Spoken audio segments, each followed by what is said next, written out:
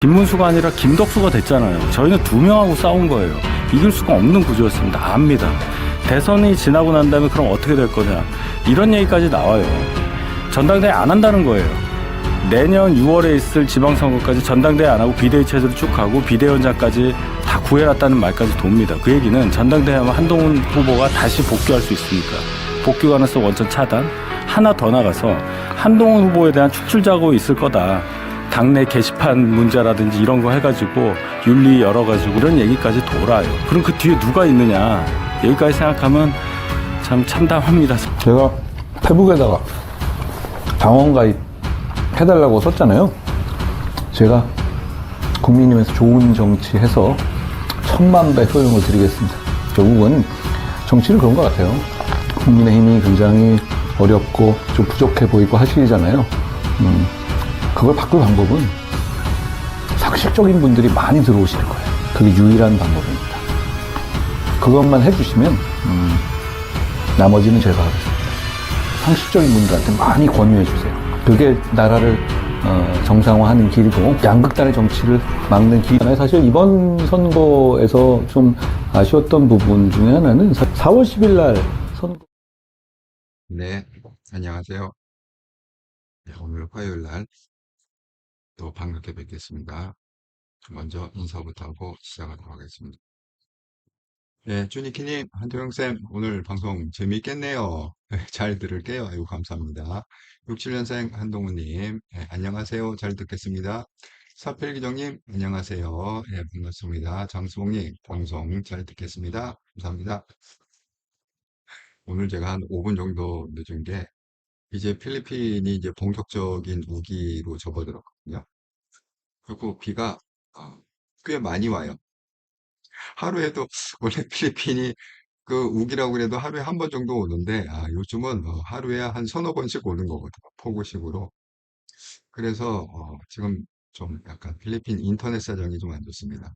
혹시 들으시다가 소리가 잘 안 들린다든가 뭐 소리가 막 끊긴다든가 그러면 그게 이게 마이크 문제가 아니라 인터넷이 이렇게 붙었다 떨어졌다 해서 상황이 안 좋아갖고 그러니까 혹시 그렇게 되면 한번 잠깐 나갔다 들어오시면 그게 더 좋아진대요. 경험상 그렇습니다. 나갔다 들어오시면 됩니다.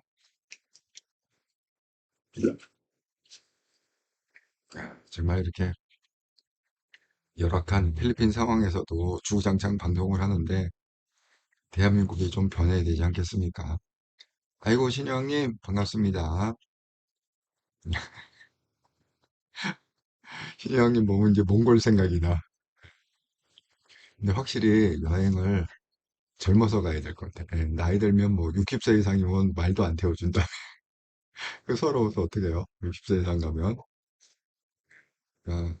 젊어서. 제가 가끔 가다가 이 필리핀 그 사장들한테 보내는 메시지가 있는데 생각보다 우리 인생이 짧다. 생각보다 우리 인생이 짧다. 후회 없이 살아라. 어, 그렇게 우리 인생이 길지 않다. 짧다.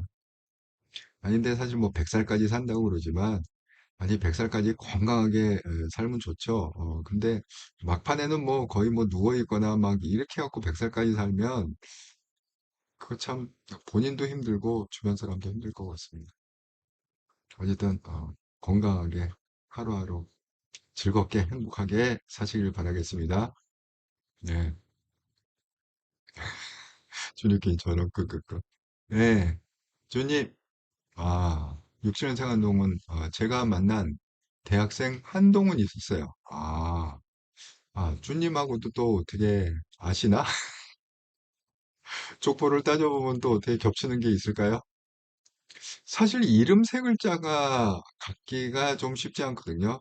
여러분 혹시 기억할지 모르겠는데 저희가 어렸을 때는 그 전화번호 책 갖고 많이 놀았어요. 여러분 이렇게 두꺼운 전화번호 책 요즘은 없는 것 같아요, 그죠? 이렇게 두꺼운 옛날에는 이제 그게 있었어요.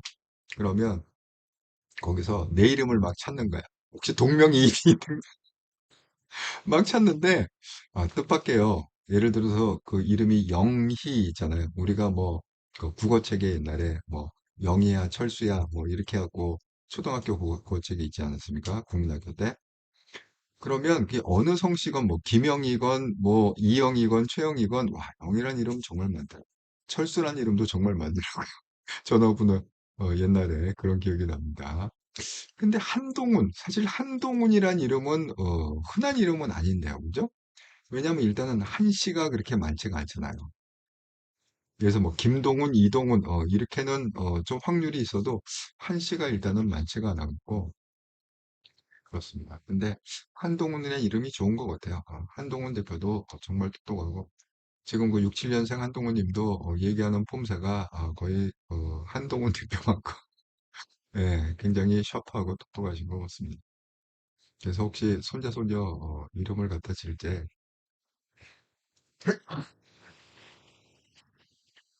요새 기후 변화가 너무 심해갖고 저도 안 좋아요. 컨디션이 안 좋아. 감기 약간 들렸는지 덥다 추웠다 막 이러니까 요준님 영유아 철수 예 우리 국민학교 때 영유아 철수 과도가 이리하라 뭐 영유아 철수 뭐 이런 거 있었잖아요. 근데 정말 많아요. 전화번호 그 책자 보면 그 이름 정말 많습니다. 자, 오늘의 썸네일 한통연 방송 25년 6월 24일 방송 한동훈과 윤석열 반대쪽 사실 정반대쪽에 있잖아요. 이게 어떻게 같은 쪽에 서 있었습니까? 분명히 우리가 알고 있기로는 한동훈과 윤석열은 정반대쪽에 서 있었는데 희한하게 보면요. 공격을 받을 때는 꼭 윤석열하고 한동훈이 패키지로 묶어갖고 같은 편인 것처럼 공격을 받는다. 이거 정말 묘한 현상입니다. 그래서 아, 오늘 이 얘기를 갖다가 좀 해보려고 합니다. 한동훈과 윤석열 정반대쪽에 서 있었는데 공격받을 때는 한동훈과 윤석열이 패키지로 묶여서 함께 공격을 같은 편으로 공격받는 거죠. 참 그런 거 보면 한동훈의 이 정치 인생이 참 쉽지가 않은 것 같아요. 이럴 때는 또 요렇게 걸리고 저럴 때는 또 저것 때문에 걸리고 그런 것 같습니다. 항상 한동훈 생각하면 마음이 짠합니다. 빨리 좀 꽃을 펴야 될 텐데 마음이 짠합니다. 여러분 이거를 어떻게 생각하세요? 이것 때문에 좀 말이 많은데 요즘 그 돌아가는 얘기 중에 하나가 여러분은 요거 어떻게 생각하십니까? 네. 아, 예, 준익이 저도 태어나 한동훈 나타나기 전엔 못 들어본 그렇죠. 한씨도 굉장히 드물 뿐더러 한동훈. 내가 아는 사람 중에 동훈이란 이름을 가진 사람은 있어요. 근데 그 친구는 김동훈인가 그래. 그런데 한씨 희귀성인데. 열정님 안녕하세요. 비 살짝 오는 무더운 술. 비가 좀 여기는 비가 오면은 그냥 하늘이 뚫린 것처럼 왕창 와요, 비가. 그렇습니다.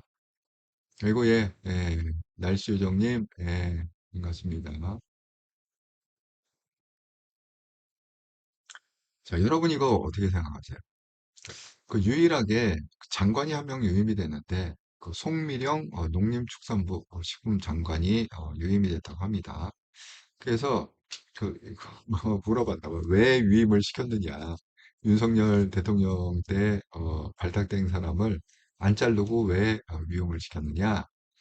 했더니만은 이렇게 얘기했다고 하네요. 국무회의 때 보니까 능력이 있더라. 편가르지 않고 능력 있으면 임명한다. 네, 이렇게 중앙일보에서 기사가 났다 합니다. 그런데 이 사람은 사실 그 유임될 사람은 아니죠. 왜냐하면 윤 정부 때 임명이 됐고, 그 다음에 양곡법, 그 민주당에서 그렇게 밀고 있는 그 양곡법 있지 않습니까? 뭐 농안법 이런 거를 갖다 부정적 입장했고, 뭐 계엄적인 국무회의 뭐 이런 거 이력을 보면 했는데 뭐 또 뭐 유임되고 나서 스탠스가 바뀌어갖고 뭐 양곡법 뭐 찬성 뭐 이런 쪽으로 뭐 돌았다는 얘기도 있어요. 정권에 따라서 뭐 반대했다가 찬성했다가 할지 모르겠지만 어쨌든 간에 근데 저는 이 기사를 보면서 뭐가 생각이 났냐 하면 좀 이런 생각이 났어요. 확실히 이재명이 똑똑한 사람이에요. 정치력이 있고 똑똑한 사람이다. 이런 생각이 듭니다. 그러니까 이게 문제는 뭐냐면 그 똑똑함과 정치력을 갖다가 자기 개인의 방탄을 위해서 써서 그렇지, 만약에 그런 걸 정말 이 국민을 위해서 한동훈 대표처럼 국민의 번영과 안정을 위해서 썼으면 정말 존경받는 정치인이 될 수도 있었다, 이렇게 생각합니다. 제가 뭐 여러 가지 설이 있더라고요. 뭐 무슨 뭐 잠깐 유임시켰다가 뭐 이렇게 시간을 받아 또 뭐 잘라내는 거 아니냐, 뭐 어쩌는 거 아니냐, 다시 취소하는 거 아니냐, 유임을. 뭐 여러 가지 그 이유들이 있습니다, 나름대로. 근데 제가 이제 이 기사를 보고 번뜩 생각나는 거는 이 모델링이라는 그런 게 번뜩 생각났어요. 혹시 여러분 그 미국의 유명한 그 사람 중에 오프라 윈프리라고 혹시 아십니까? 흑인이죠. 이렇게 퉁퉁하고. 근데 그 오프라 윈프리 쇼가 왜 유명해졌냐 하면 진행자가 흑인이에요. 근데 사실 미국은요, 제가 뭐 물론 미국에서 흑인 대통령이 나오긴 했습니다. 오바마는 그러니까 엄격히 따지면 오바마는 사실 흑인이 아니에요. 그게 뭐 인도 계통하고 뭐하고 이렇게 아버지가 흑인이 아닙니다. 어머니도 흑인이 아닙니다. 흑인하고는 좀 멀어요. 그런데 어쨌든 간에 뭐 피부 색깔이 좀 백인이 아니니까 그냥 흑인 대통령 이렇게 그 나왔는데,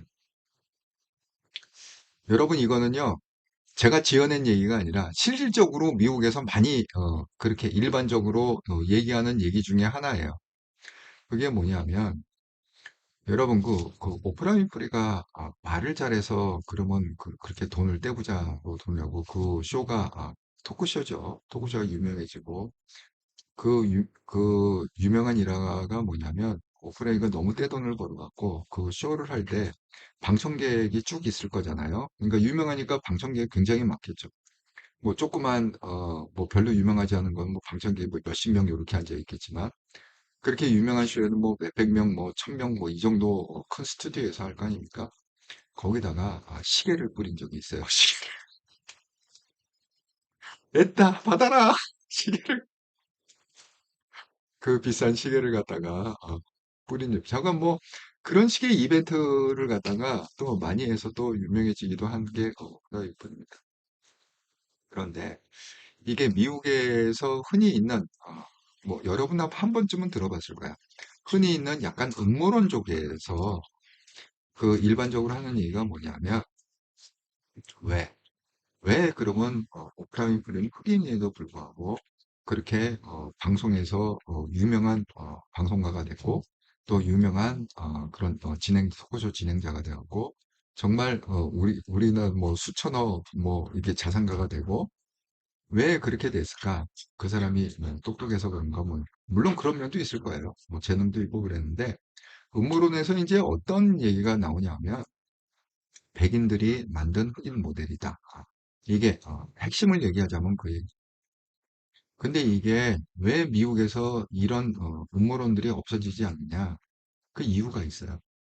제가 조지 워싱턴에서 MBA를 했다고 그랬잖아요. 그래서 미국에 4년 살았다고 그랬잖아요. MBA를 하기 전에 준비 과정에서 여러분 랭귀지 스쿨이라는 게 있어요. 네.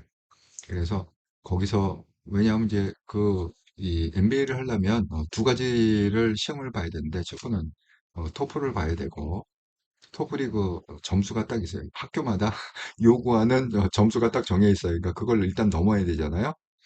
그래갖고 일단 토플을 봐야 되고 이게 대학원 아닙니까? 대학원은 공대생들은 이제 GRE라는 걸 봐요. 그래갖고 그 시험을 그러니까 국가 시험입니다. GRE 같은 게 이제 국가 시험. 그러니까 그거를 해갖고 점수를 따갖고 어플라이 할 때 토플 점수하고 GRE 점수하고 같이 넣어야 되는데 이 문과 있잖아요. MBA는요, GRE가 아니라 GMAT라는 걸 봐요. 뭐 비슷한 거야. 비슷한 건데 약간 달라. 시험 그 내용이 좀 달라요. 왜냐면 이과고 문과니까 좀 내용이 다르죠. 그래서 저는 GRE를 봤어요. 그러니까 이제 그걸 준비하면서 제가 그 제가 맨 처음에 뉴욕, 뉴저지에 살았다고 그랬잖아요. 그래서 그 콜럼비아에서 랭귀지 스쿨을 갔다가 좀 다녔었습니다. 그랬는데 저를 갖다가 가르쳐 주는 분이 박사세요. 언어학 박사세요. 그러니까 아니 레벨이 콜럼비아잖아요. 미국의 그래도 최고의 대학 중에 하나 아닙니까? 콜롬비아? 근데 거기는 정말 그 뭐야 우리 랭귀지 스쿨에서도 박사들이 가르치더라고요. 정말 깜짝 놀랐어. 선생님 딱 들었는데 박사셔. 언어학 박사죠. 그래서 이제 그분하고 좀 친해졌어요. 친해져 갖고 뭐 같이 밖에서 뭐 클래스뿐만이 아니라 밖에서 뭐 밥도 먹고 뭐 집에도 찾아가고 왔다 갔다 하고 뭐 이렇게 하고 친해졌는데 어느 날 그분이 하나의 토픽을 던졌어요. 그 토픽이 뭐냐? 그러니까 디스커션 해갖고 토론을 해서 발표를 하라는 거지. 그 토픽이 뭐냐? 미국 안의 디스크리미네이션. 그러니까 차별이죠. 여러분, 그 인종차별이라는 게 그렇게 먼 얘기가 아닙니다. 1950년, 60년대만 해도요, 흑인하고 백인은 같은 버스를 탔어요. 그리고 1950년, 60년대만 해도 그게 먼 얘기가 아니잖아요. 우리가 태어난 다음 이야기잖아. 1950, 60년이라는 거는. 그 먼 얘기가 아닌데, 불과 그 시절만 해도요, 백인 좌석이 따로 있고 흑인 좌석이 따로 있어요. 백인은 중간 딱 잘라서 앞좌석. 같은 버스를 탄다 했을 경우에 중간 딱 잘라서 뒷좌석은 흑인 내지는 뭐 황색인종 이렇게 그런 시절이 불과 있었단 말이에요. 뭐 100년, 200년 전 얘기가 아니라는 거예요. 노예 시절 그런 얘기가 아니라 불과 그냥 한 60년, 70년 전만 해도 미국은 그랬단 말이죠.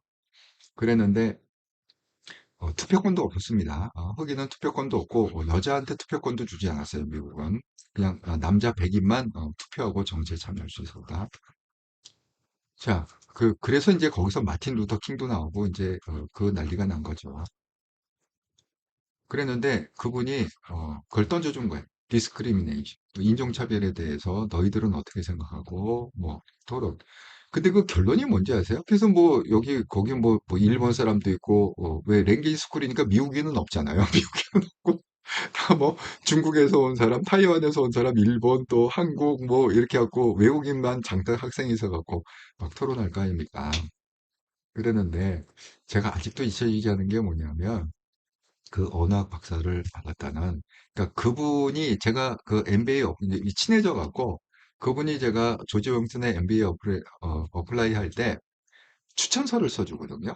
추천서를 받아야 세 장을 받아야 되는데 그 세 장 중에 한 장을 갖다가 제가 그분한테 가요. 그 박사자도 나를 가르쳤잖아. 그래갖고 그분한테 제가 추천서를 갖다가 한 장을 받은 기억이 있습니다. 그럴 정도로 서로 좀 이렇게 터놓고 얘기하는 사이인데 그분의 결론은 뭐냐? 미국 안에서 그러니까 자기 개인 생각을 얘기하는 거야. 그 사람 백인이죠. 물론 백인이에요. 그리고 나이도 좀 있어요.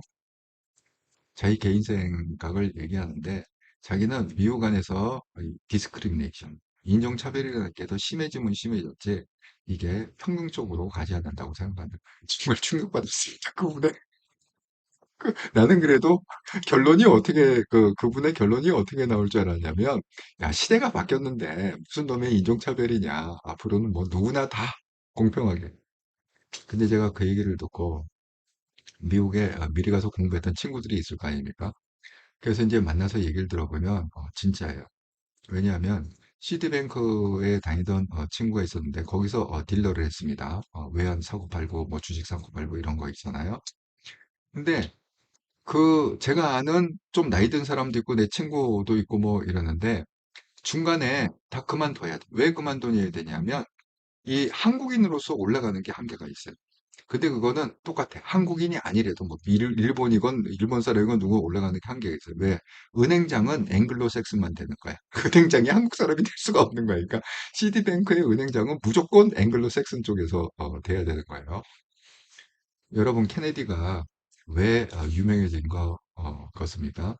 케네디는요 최초의 카톨릭, 그러니까 종교가 카톨릭이면서 대통령이 된 1호 케이스예요.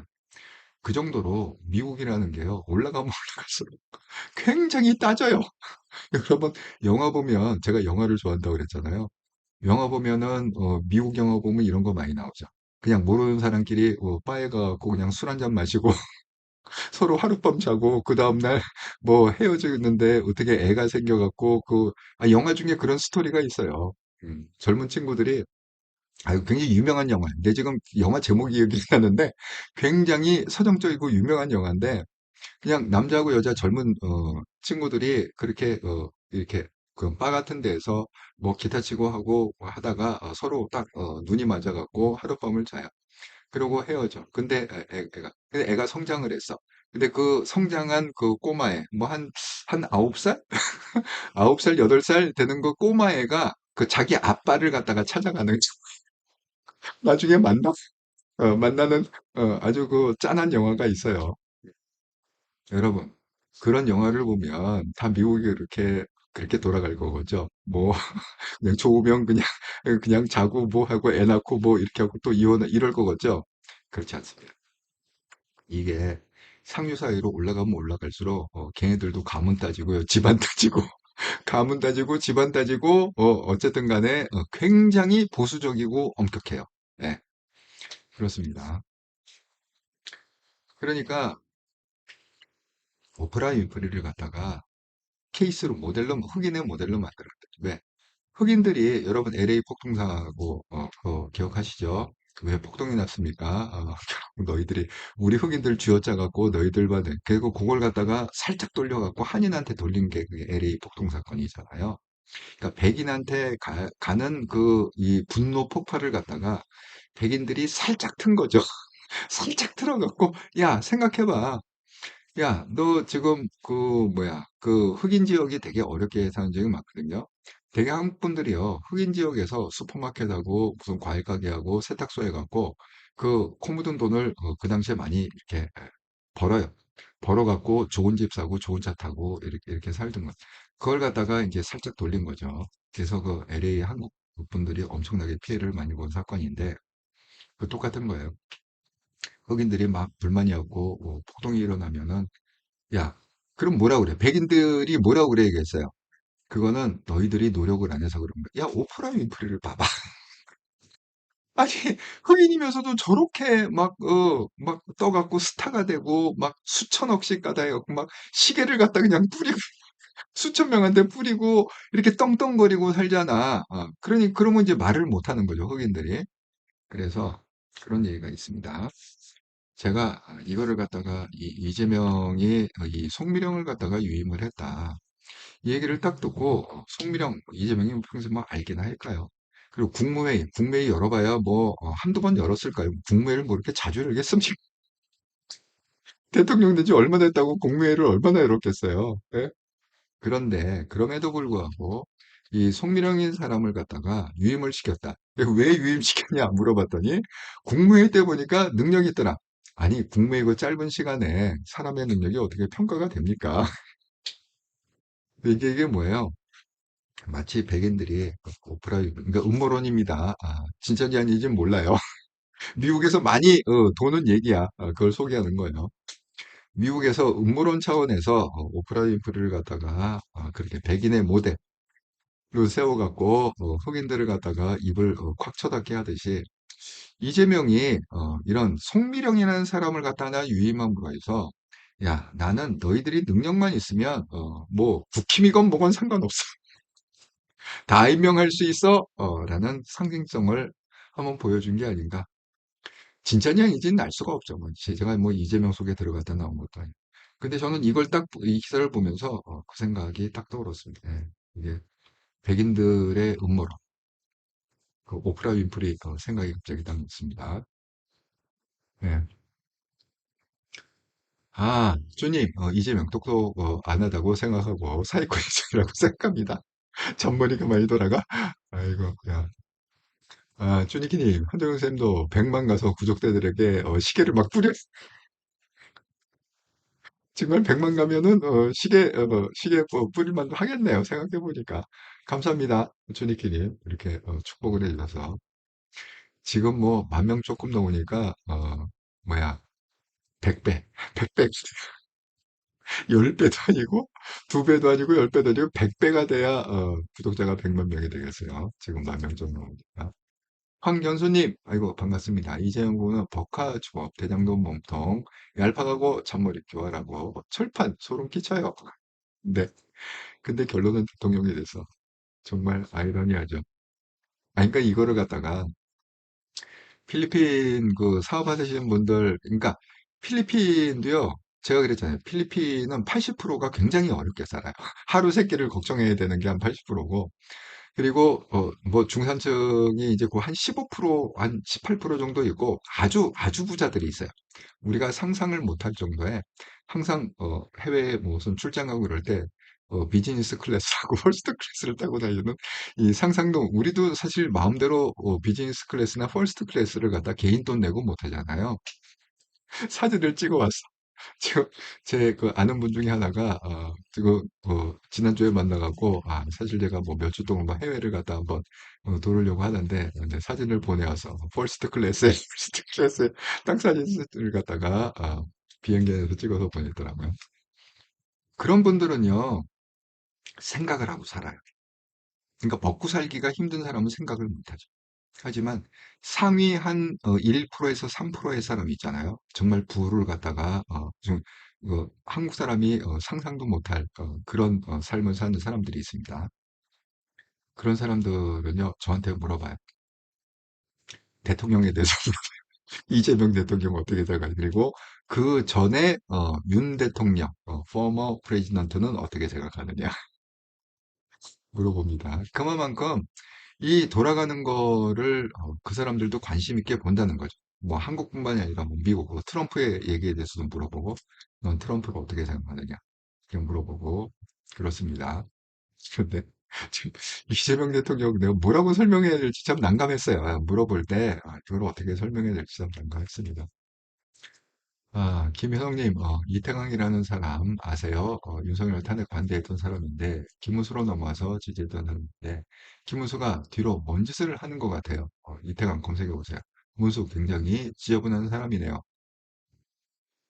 이게 또 김문수하고 이태강이 또 밀접하게 뭐가 관계가 있는 모양이죠? 정말 세상 참 복잡합니다. 예, 주님. 예. 이재명은 국가, 국민을 위해 정치를 시작한 것이 아니며 오직 본인 권력 욕구를 채우기 위해 수단과 방법, 독실 사기꾼 거짓말, 장의를 가리지 않고 성남과 경기도 라인 패거리를 밀어줘서 여기까지 왔습니다. 정말 그 주님 말씀대로 그 좋은 머리를 갖다가 국가를 위해서 전부 다 썼으면 어땠을까? 영웅이 되지 않았을까요? 좀 안타깝습니다. 예. 그래서 여러분은 뭐 이 송미령의 유임을 어떻게 생각하는지 모르겠지만 어쨌든 간에 제가 이 송미령의 유임 기사를 보면서 음모론 생각이 나서 보냈습니다. 여러분 우리가 이제 보수라고 하는 사람들 이쪽은 이제 뭐 진보 좌파 이렇게 하고 우파 보수 뭐 이렇게 쉽게 나눠 얘기하자면 좀 우리가 이제는 좀 강해져야 되지 않을까 그렇게 생각이 듭니다. 왜냐하면 특히 이제 국힘을 보면 이제 컬러가 어떤 컬러냐면 국힘은 아쉬운 게 없어요. 왜냐하면 이제 전통적으로 먹고 살 만한 사람이 되게 국힘에서 뭐 의원하고 정치를 하거든요. 그러니까 나름대로 돈은 있고 그러니까 지킬 게 많은 거지 쉽게 얘기하면. 지킬 게 많으니까 싸우지를 못하는 거예요. 결정적으로 그러니까 극한으로 싸울 수가 없는 거야. 왜? 괜히 싸웠다가 뭐 문재인이나 뭐 이재명이나 뭐 국세청 동원해서 세무조사하거나 자기 집안을 털거나 자기 뭐 하거나, 그럼 뭐 요새 그 한국말 중에 이런 거지. 털어서 안 나오는 게, 털어서 먼지 안 나는 게 어디냐. 그러니까 뭐 하나라도 걸리면은 아작이 나기 때문에 그냥, 피해요. 국힘의 전통적인, 뭐, 이게 우리가 다 알잖아요. 제가 이름을 굳이 안 대도 국힘의 의원들 그 분위기 아시잖아요. 예? 이름을 대고 싶지만, 되지 않겠습니다. 예. 그 개인의 프라이버시. 하지만 뭐 여러분 다 아실 그러니까 말로는 뭐 전사다, 뭐 뭐다 이렇게 얘기지만 실제로는 전사가 아니죠. 그냥 눈치 보고 적당히 눈치 보고 타협하고 자기 밥그릇 지키고 그게 이제 국힘이죠. 그러니까 저는 이제 그 이번에 또 오늘 이 기사가 떴는데 이 기사를 보면서도 좀 이제는 이 전투력을 좀 갖춰야 되지 않나. 우파 보수들도 이렇게 여러분 잘 아시는 이제 이진숙 방통위원장이 있지 않습니까? 저는 뭐 이진숙 방통위원장은 보통 분이 아니라고 생각해요. 왜냐면 뭐 탄핵당에서도 살아 돌아왔고, 그 다음에 끝까지 그 온갖 그 음모와 온갖 공격에도 잘 막아내고 끝까지 살아남은 사람이 이진숙 씨 아닙니까? 현재 방송통신위원장입니다. 이게 왜 그러냐면 대통령 임기는 5년이지만 방송통신위원장 임기는 6년이에요. 이 대통령보다 더 긴 거예요. 그러니까 여러분, 대통령 국회의원은 4년이에요, 임기가. 근데 6년짜리 임기가 있는데, 그게 뭐 대법원장 6년이고, 소장 6년이고, 방송통신위원장 6년이고, 이 6년짜리 임기가 있어요. 사실 요거 법을 좀 개정을 해야죠. 이게 좀 밸런스가 안 맞는 거죠. 그런데 이 이진수 그 아직 임기가 많이 남았어요. 1년 이상 남았습니다. 6년이기 때문에 아직 임기가 많이 남았어요. 그런데 지금 뭐요? 지금 민주당에서 사퇴하라는 거예요. 네. 대통령이 바뀌었으니까 사퇴하라. 그런데 제가 이제 이걸 보면서 근데 이준숙 씨는 버티지 못할 것 같아요. 원래 우리가 그랬어. 원래 보수는 그래. 우파는 원래 그래. 이걸 버티지를 못해. 예? 그러니까 앞면에 제가 어제 얘기한 것처럼 한동훈한테 필요한 건 뭐다? 철판 깔기다. 이거라고 그랬잖아요. 설사 내년 지방선거에 당대표가 돼서 지방선거를 이끌었지만 지방선거에 뭐 과반 이상 차지 못했다. 그러면 이제 막 친윤들이 사퇴하라고 압박이 올 텐데 거기서 한동훈은 철판을 깔고 버텨야 된다. 제가 이 얘기를 갖다가 어제 하지 않았습니까? 그러니까 저는 이준숙 씨가 끝까지 버텼으면 좋겠어요. 이게 상징적인 의미, 네. 어, 상징적인 의미로 버텼으면 좋겠는데 이게 정말 끝까지 버틸 수 있을지 어떨지 그거는 잘 모르겠습니다. 제 느낌에는 끝까지 못 버틸 것 같아요. 그런데 케이스가 있어요. 똑같은 케이스가 뭐냐? 윤석열이 대통령이 됐을 때 무려 1년 반인가요? 그러니까 윤석열 대통령 되고 나서 1년 반을 갖다가 끝까지 임기 다 채우고 중도 하차한 게 아니라 임기를 다 채우고 그렇게 한 사람이 있습니다. 그래서 제가 한번 뭐 똑같은 상황이 똑같기 때문에 한번 비교를 해보겠습니다. 자, 문재인 정부, 이게 뭐야? 헤드라인이 이렇게 나와서, 이제 전현희 얘기 나올 때 헤드라인이 이렇게 나왔어요. 사퇴 요구에도 중꺾마 외치며 임기 고수, 알박기 전현희 권익위원장. 문재인 정부 당시 서임대 인사들이 임기 도중 사익서를 내거나 불명예라고 물러난 행보가 지속되고 있는 가운데 대표적 임기 말 알박기 인사로 꼽히는 전현희 국민권익위원회 위원장은 신년사를 통해 자신의 남은 임기를 채우겠다는 의지를 드러냈다. 윤석열 정부가 출마한 지 8개월이 지나고 있음에도 버티기를 하고 있는 전 위원장을 비롯한 알박기 인사들을 향한 비판도 나오고 있다. 이들은 새 정부의 정책에 발목을 잡고 있다는 것. 그런데 정작 본인은 뭐라고 얘기했느냐? 신년사에서 5일 권익위에 따르면 전 현이죠. 위원장은 지난 4일 직원들에게 전한 신년사에 1월 4일이죠. 신년사. 중요한 것은 꺾이지 않는 마음이라는 카타르 월드컵 국가대표 응원 문구처럼 남은 임기 동안 위원장으로서 맡은 직분을 다하겠다고 강조했다. 이게 뭐예요? 그래서 여기 헤드라인에 중꺾마 이렇게 중꺾마 중요한 것은 꺾이지 않는 마음이다. 줄여서 중꺾마 이렇게 헤드라인을 쓴 거죠. 여러분, 이 전현희 씨가 그 윤석열 정부 때 그래도 얼마나 많이 핍박을 받았습니까? 핍박 많이 받았죠. 무슨 뭐 감사원에 감사해갖고 망신도 당하고 무슨 뭐 출근을 갖다 제대로 안 했더니 뭐를 어떻게 했는지 약간 엄청 망신을 당했잖아요. 그래도 그 망신 중에 끝까지 버텼어요. 그래서 임기를 갖다가 다 채우고 윤석열 출범하고 나서 1년 반인가요? 1년 반을 더 물론 불러주지도 않았대. 그 윤석열이 국무회의를 할 때 원래 위원장은요 장관급이에요. 그래서 참석을 하게 돼 있습니다. 위원장들이 장관들만 참석하는 게 아니에요. 예. 그러니까 회의가 있다. 그럼 대통령의 뭐 장관들은 물론 참석하고 위원장도 장관급이기 때문에 레벨이 다 위원장들이 참석합니다.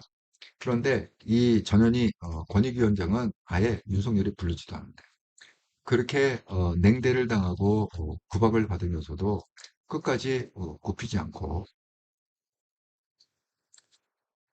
과연 도주에서 이준숙 씨도 굉장히 강한 분이긴 한데 과연 제가 알고 있기로는 지금 이진숙 씨 임기가 비슷하게 남은 것 같아요. 한 1년 반? 네, 비슷하게 남은 것 같습니다. 아니, 더 남을 수도 있어. 더 남았을 수 있어요. 이진숙 씨. 왜냐하면 방송통신위원장이 6년이거든요. 근데 임명된 지가 얼마 안 됐잖아요.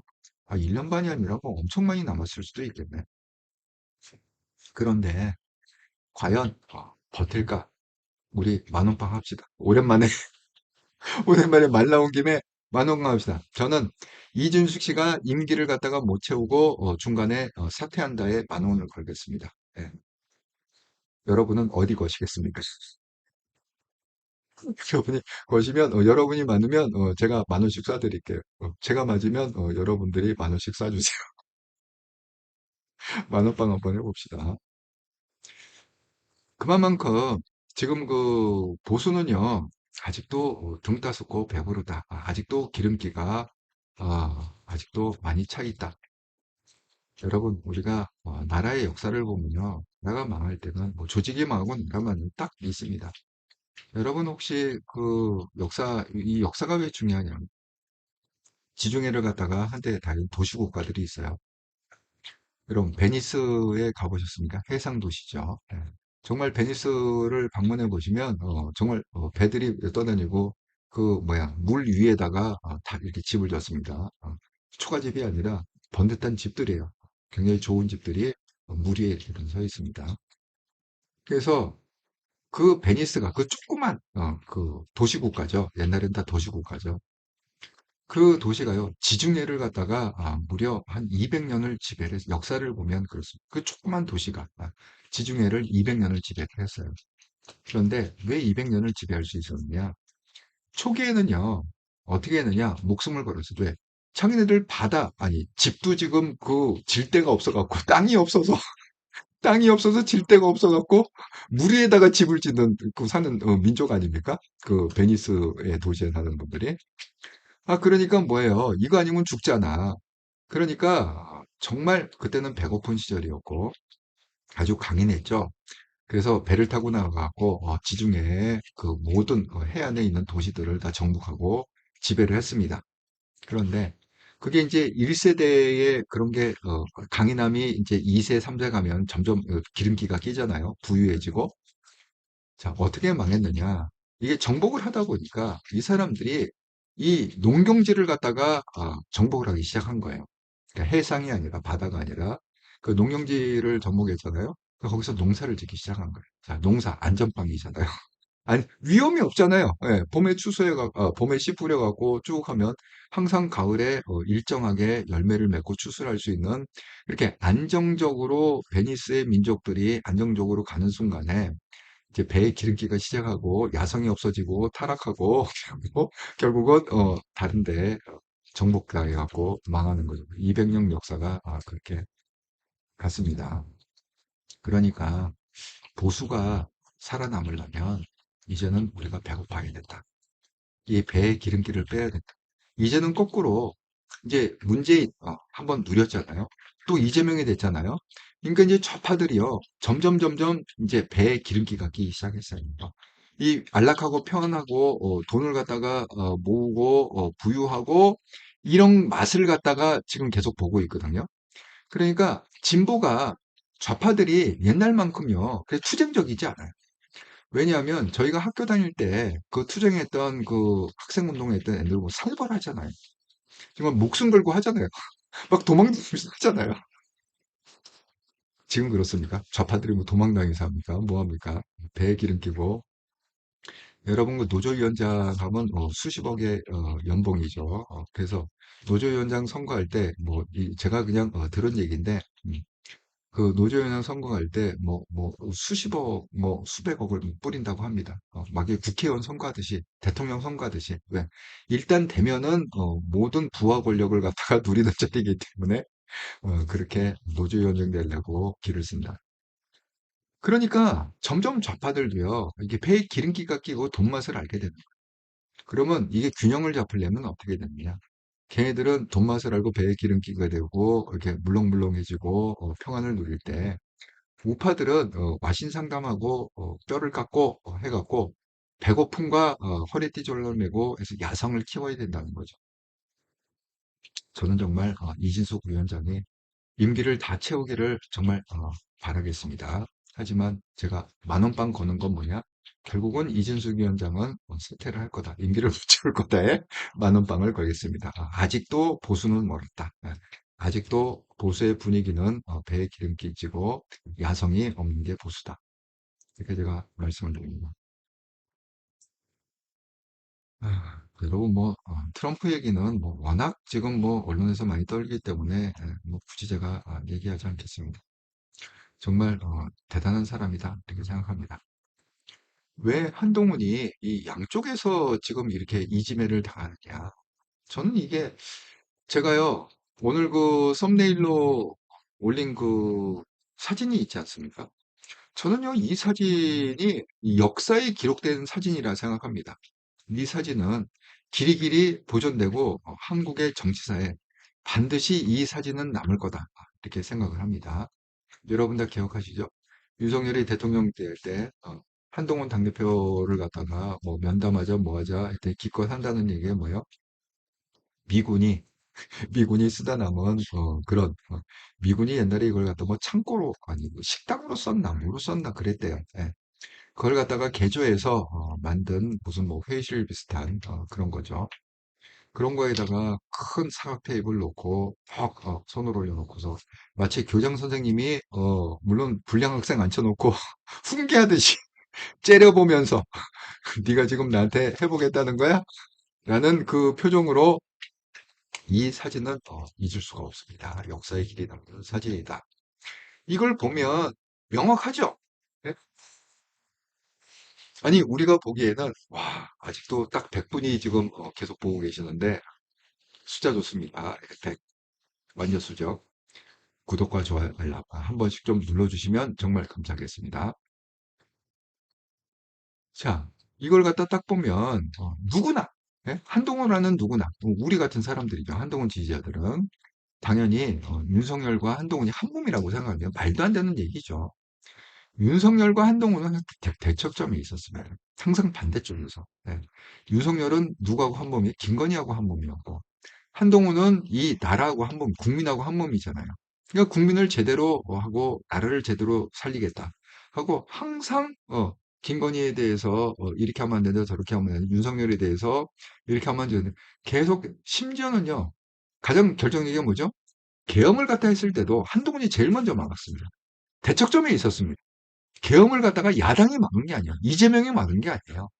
계엄을 했을 때도 한동훈이 제일 먼저 반대하고서 이건 위헌이고 위법이다. SNS, 페이스북에 무려 5번을 갖다가 글을 갖다가 실시간으로 올렸습니다. 1시간, 2시간 간격으로 계속 올리면서 이거는 위헌이고 국민과 함께 막겠다. 걱정하지 마시라. 통과시키겠다. 통과됐습니다. 해제됐습니다. 잠깐 수시로 보고하면서 그렇게 했던 게 한동훈입니다. 이재명이 그렇게 된 게 아닙니다. 야당이 그렇게 한 게 아닙니다. 정청되게 한 게 아닙니다. 그럼에도 불구하고 이게요. 이거를 갖다가 까댈 때는 한동훈을 까댈 때는 이게 참 희한한 거예요. 이 논리가 너무 정말 저는 희한해요. 아니 우리가 뻔히 알고 모든 방송과 모든 기자들이 정말 역사의 기록이 그렇게 돼 있는데 희한하게 한동훈을 까댈 때는 이게 윤석열하고 같은 편이 돼요. 이게 패키지로 묶인단 말이에요. 예? 자, 그 두 가지 대표적인 케이스를 갖다 알려드리겠습니다. 자, 홍준표 씨가 귀국을 했다고 그랬잖아요. 하와이에서 오자마자 한 번 깠죠. 근데 오늘 또 딥다 깐 얘기가 있습니다. 뭐라고 깠느냐. 한국 보수 망친 주범은 윤석열하고 한동훈하고 국힘 중진들이야. 이게 세 부류의 사람들을 갖다 들었습니다. 자, 내용이 뭐냐. 국민의힘 또 위원정당 해산석 경고. 이거 귀국하자마자 했는데 오늘 또 경고를 했다는 거야. 너희 해산될 거다.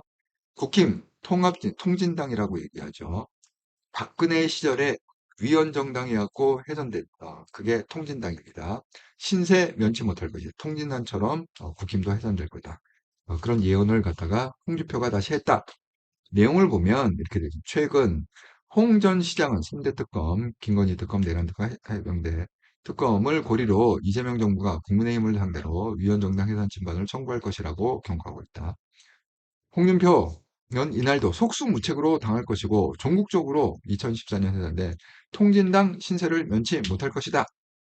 그러면서 결국 한국 보수를 초토화, 폐허 위에 다시 일어날 수밖에 없는 상황이 올 거다. 이게 뭐예요? 깔아뭉갠 다음에 신당 창당하듯이 완전히 이게 정당이 훼손돼서 아무것도 흔적도 없이 사라질 것 때문에 이걸 갖다가 다시 일으킨다. 자기가 신당 창당을 해갖고 홍준표가 신당 창당을 해갖고 항상 그 사람은 보수의 자기가 뿌리라고 얘기하지 않습니까? 그렇게 해갖고 자기가 서로 보수를 창당해갖고 일으킬 거다. 이 얘기를 갖다가 오늘 또 했다는 거예요. 근데 이게 윤석열하고 한동훈이 어떻게 지금 패키지로 들어가느냐.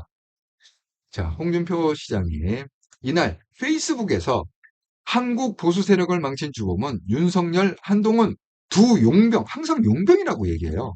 왜? 얘네들은 보수의 뿌리가 아니다. 외부에서 온 그냥 싸움꾼이다. 우리가 돈 주고 사온 사람이다. 누가 돈 주고 사왔느냐? 그거는 뭐야? 권성동하고 권성동, 권영세 이런 애들이 이철규 이런 애들이 돈 주고 사온 애들이 윤석열과 한동훈이다. 이렇게 얘기하는 게 홍준표거든요. 세상에 용병이라는 표현을 쓰죠. 그래서 윤석열, 한동훈 두 용병과 그들과 부안해동한 국민의힘 중진들, 제가 얘기했던 고성동, 권영세, 뭐 이철규 등등등 중진들이라며 자기들은 경쟁력이 없고 두 용병을 데려 그 밑에서 조아리며 이익을 챙긴 중진들이 두 용병보다 오히려 더 나쁜 X들이다. 이렇게 페이스북에. 그러니까 이게 말이 됩니까? 아니, 우리는 분명히 아까 제가 그림을 보여드렸잖아요. 탁자 위에 손 떠 올려놓고 윤석열과 한동훈이 울렁대면서 딱 교장 선생님처럼서 꾸지람하듯이. 한동훈 집니까? 예. 이거는 잘못됐습니다. 십상시 잘라주세요. 지금 이걸 갖다가 맞교환하고서 그렇게 해갖고 천대받던 한동훈 아닙니까? 완전 대척점에 서 있었는데 희한하게 이거를 갖다가 제3자, 제3자라는 건 이제 그 지금 얘기한 우파에서 그 홍준표 같은 사람들이죠. 예. 홍준표 사람, 그다음 뭐 안철수 뭐 이런 사람들이 뭐 유승민 이런 사람들이 깔릴 때는 이게 패키지로 묶인단 말이야. 이게 희한하게 윤석열하고 한동훈이 또 같은 몸이 되어버려요. 예? 그래서 여기 말한 대로 얘들은 용병이다. 정통 보수가 아니다. 이렇게 또 까댄단 말이야. 정말 미치겠어. 예? 이 현상을 갖다가 어떻게 봐야 될까요, 도대체? 그런데 이게 또 있어요. 이게 야당이 깔 때도 똑같아. 예? 이 좌파들이 깔 때도 이상하게 윤석열하고 한동훈을 갖다가 묶어서 까. 예? 이게 보수, 그러니까 홍준표뿐만이 아니라 자, 어떤 기사가 또 넣느냐, 오늘. 자, 이번엔 윤석열 부부 한동훈, 이게 패키지로 묶인 거예요, 또. 고발 사주 2라운드다. 지난 2020년 검찰이 21대 총선 개입 목적으로 당시 여권 인사들에 대한 고발을 사주했다는 이른바 고발사주 의혹, 공수처죠. 고발사주 의혹 제보자 조성은 씨를 불러 조사. 이거 최근 얘기예요. 네, 최근에 조성은 씨를 불러서 공수처가 조사했다. 다시 이 고발사주 건으로 이 조성은이 윤석열 전 대통령 후보와 한동훈 전 국민의힘 대표에 대해 직접 수사가 이루어지지 않았다며 사건을 공수처에 다시 고발한 지 석 달 만입니다. 석 달 전에 고발했는데 또 오늘 다시 불러갖고 이렇게 그러니까 이게 똑같은 거예요. 이게 좌파들이 이게 또 한동훈 죽이고 그럴 때는 윤석열하고 또 같이 묶어버리네. 윤석열 부부라고 그러잖아요. 그러니까 윤석열, 김건희, 한동훈이 한 몸이라는 거잖아요. 패키지로 또 묶이는 거야. 그래갖고 이 세 명을 갖다가 공수처에서 처벌을 해서 깜빵을 보내달라는 거지. 지금 얘 놀리는 그거잖아요. 예? 정말 희한해요. 예? 왜 우리가 명확히 정말 알고 있는 사실임에도 불구하고 왜 이럴 때는 이게 윤석열하고 한동훈이 한 몸으로 묶일까요? 더구나 김건희하고도 또 한 몸으로 묶일까요? 예? 자, 정말 그 한동훈의 이 고난, 정말 언제나 끝날지 정말 미치겠어요. 네, 그렇습니다. 아이고, 주는 게 아니라 점점 늘어나네요. 지금 114분이 보고 계시는데, 구독, 좋아요, 알람을 한 번씩 꼭 눌러주시면 정말 감사하겠습니다. 그런데, 여러분, 제가 얘기했잖아요. 이재명 대통령이 된 다음에 제일 먼저 할 게 뭐냐? 김건희를 감옥 보내고 윤석열을 감옥 보내 왜? 그래야 보수의 그 마음을 달랠 수 있으니까. 이 반쪽 대통령이 될 수는 없잖아요. 그 얘기를 갖다 제가 자주 하지 않았습니까? 드디어 그 증거가 하나하나씩 지금 밝혀지고 있는데 오늘 이게 속보로 뜬 거예요. 방송 바로 키기 전에 한 7시? 6시 반? 그간에 속보로 뜬 건데 속보 내란 특검 지금 이제 이게 가동되고 있지 않습니까? 내란 특검의 특검 검사가 윤석열 전 대통령 체포영장을 청구했다는 거예요. 그 이유가 뭐냐 했더니만은 사건 연속성 고려를 해요. 피의자 조사위에 청구를 했다. 그러니까 경찰에 3번 소환을 했는데 다 거절을 해버렸잖아요. 이렇게는 왜? 이 내란 특검이라는 건요. 기간이 딱 정해 있는 거예요. 뭐 1년, 2년 이렇게 특검하는 게 아니거든요. 3개월. 3개월입니다. 길어야 3개월이에요. 그러니까 3개월 안에 그 성과를 제대로 내려면 윤석열이 뭐 불렀는데 또 안 오고 이러면 안 되니까 아예 그냥 구속, 가다 놓고 구속하면 언제든지 끄집어낼 수 있잖아요, 검찰이. 그러니까 아예 그냥 구속을 시켜놓고 그냥 주구장창 한번 반 죽여놓겠다. 이렇게 해갖고 청구를 했다는 거예요. 여러분, 이 체포영장 청구가 이게 받아들여 볼 것입니까? 안 받아들여? 저는 받아들여질 것 같아요. 왜냐하면 판사들이 지금 이재명한테 납작 엎드려 있지 않습니까? 그래서 여태까지 진행됐던 사건들도 다 그냥 연기, 연기. 저 살려주세요. 어떻게 대통령 이재명 제가 성과를 아는데 떻게 제가 이재명한테 유죄를 때릴 수 있습니까? 선거법 위반 뭐고 다 무슨 연기 연기 해갖고 자꾸 실적으로는 어떻게 됐습니까? 실적으로는 어떻게 돼요? 임기 중에는 그냥 재판 없는 게 돼버렸잖아요. 그러니까 지금 뭐예요? 김용태가 독대를 해갖고 독대가 아니지. 그 여당 대표, 야당 대표 해갖고 대통령이 이렇게 한 자리에서 A4 용지를 갖다 읽었다고 하지 않습니까? 이재명 그 제2의 이재명처럼 그때 뭐라고 그랬습니까? 약속을 해주세요. 뭘 약속을 해? 대통령 임기가 끝나면 다시 재판받겠다는 약속을 해달라는 거예요. 김용태가 그거를 갖다가 이재명 면전에서 해갖고 이재명이 침묵을 했다는 거 아니에요. 거기에 대해서 갖다부터 얘기를 안 했다. 그러니까 김용태가 그렇게 왜 욕을 했겠어요? 이제 물 건너갔다. 그래서 임기 중에는 재판이 안 열린다. 그러니까 이거를 해결할 사람은 사실 한동훈밖에 없거든요. 네? 재판 중에 그 임기 중에 5년 대통령 임기 중에 그 재판을 열리게 할 수 있는 사람은 제가 이거 누누이 예언을 했습니다. 한동훈밖에 없다고.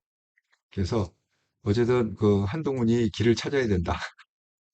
당대표 해갖고 셀프 공천.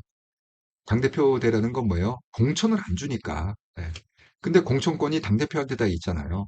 그러니까 당대표가 되면 공천권을 마음대로 할 수 있으니까 본인이 셀프 공천해갖고 국회의원 보궐선거를 갖다가 공천받아서 국회의원 배지를 다시든 아니면 서울시장을 셀프 공천해갖고 나가서 서울시장으로서 어떤 능력 발휘를 하시던 성과를 보이시던 그렇게 해야 된다.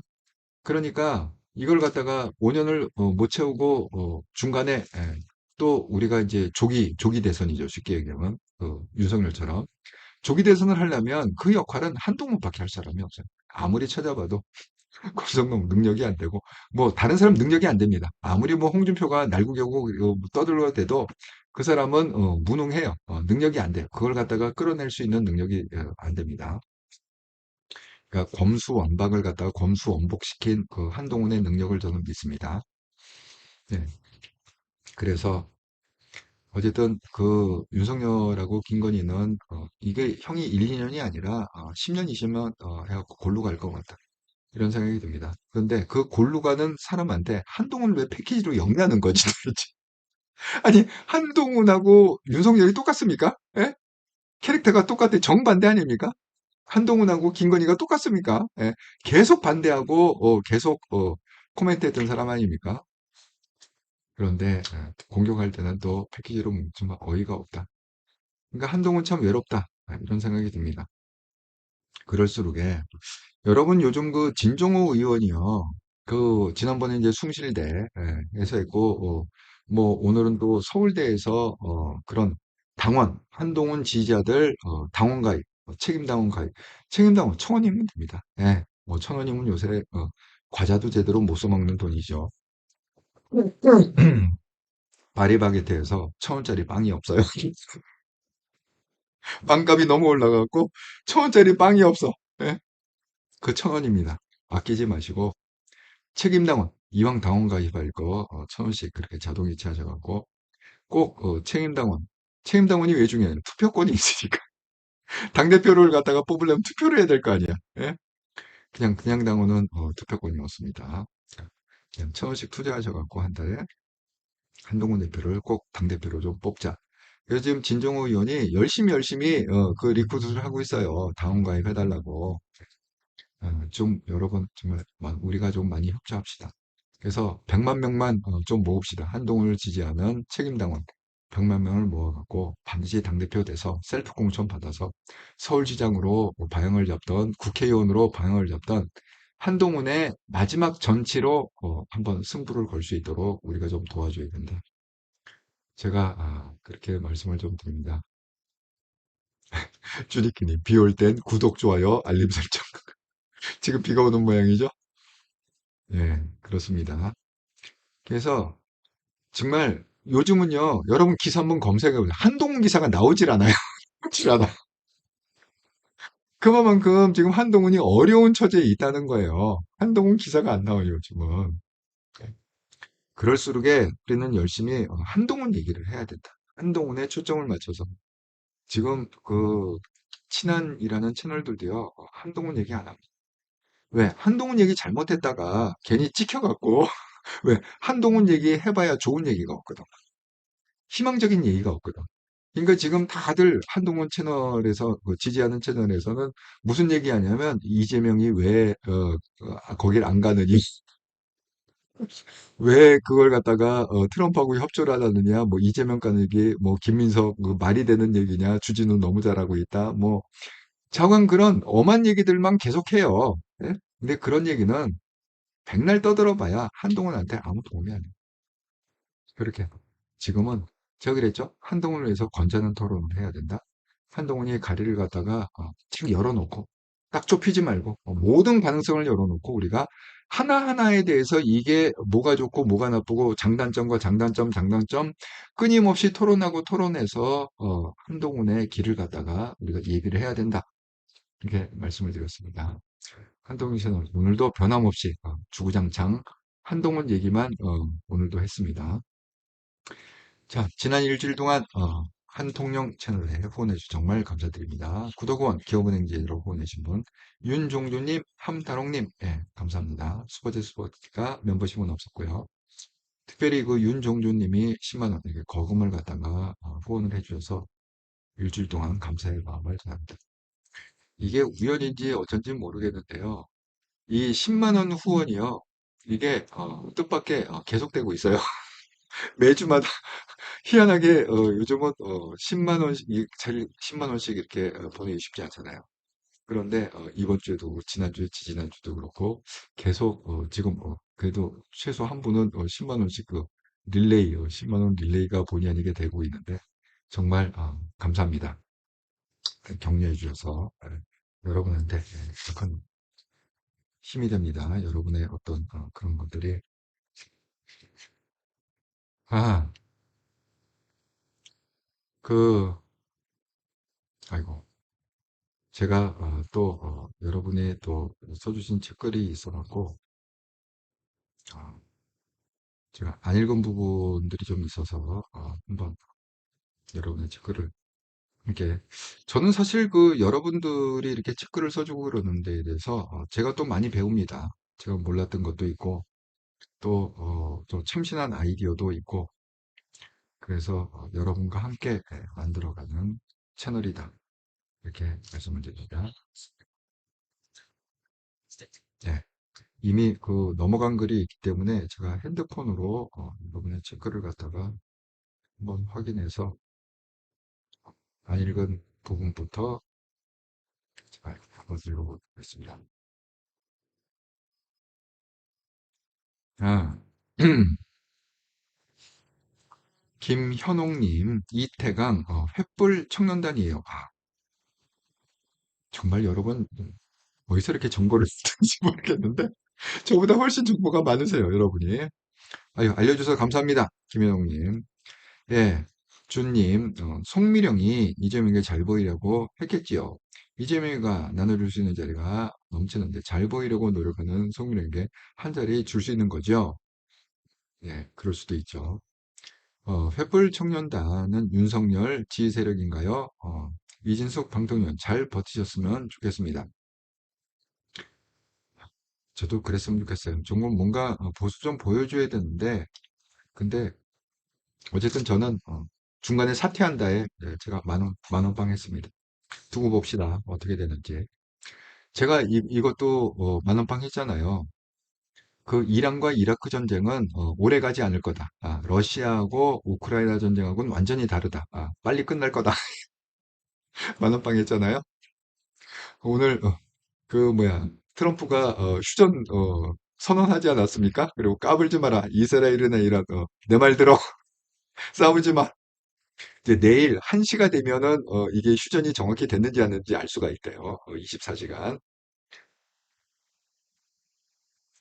그것도 제가 만원빵 이기지 않았습니까? 그렇습니다. 네. 촉이 딱 올 때가 있다. 자, 사필규정님, 이준숙의 임기 고소는 다 전현희 때문이다. 전현희 탓해라. 정말 그 전현희처럼 한번 버텨봤으면 좋겠어요. 근데 버티진 못할 겁니다. 네, 사표 내는데 저는 만원빵했습니다. 쭈님, 이인숙 관능위원장은 민주당 폐악질심에서 어렵지만 끝까지 버티세요. 예, 예, 그렇게 바라고 있습니다. 사필경님, 최민희, 그건 네 생각이고, 김현영님이 이태가 뭔 청년단인지 실업자들끼리 모여 청년단 전한길이랑도 사진 찍은 것도 이 사람 참 복잡한 사람이네. 전향기라고도 엮이고 무슨 뭐 윤석열하고도 엮이고 그런 모양이에요. 그런 사람이 김문수. 아니 뭐 어떻게 보면 또 자연스러운 현상이긴 하네. 김문수가 좀 아바타잖아요. 윤석열 하고 김건희 아바타잖아요. 네, 쭈님 이상균과 엮인 자들 다 이상한 것 같습니다. 사필구 형이 저는 버틴다. 사필구 형이 버틴다에 만원빵. 제가 버티면 정말 만원 쏘겠습니다. 사필구 형님. 혹시 제가 맞으면 사필구 형이 저한테 만원 쏘주세요. 네. 주님, 버틴다에 희망을 걸어보겠습니다. 정말, 저도 그랬으면 좋겠어요. 사부경 노동고용부 장관이 민노총 출신이라던데, 그러면 이거 끝난 거 아닌가? 취업하는 사람들이 이제, 초상집이네. 아이고, 신혜영님, 왜 그렇게 한동훈 가지고, 지읒 알들 하는지, 라방하는 것까지도 뭐라네, 예. 그 돌돌이 갖고, 그 무슨 뭐, 멘탈이 완전 철판 깔았다, 뭐 이런 식으로. 신앙이 오늘 밤 10시 라방해요. 맞아요. 그러네요. 김화전님, 다시 보니 열받네. 건희 원인제 공작. 맞습니다. 사부님, 부러워서 그래요. 네, 사부형님, 라방, 전국적으로 화제니 부러워서. 맞습니다. 예주나님, 홍영감탱이, 무슨 신영님, 그런데 그걸 가지고 배신이라 하잖아요.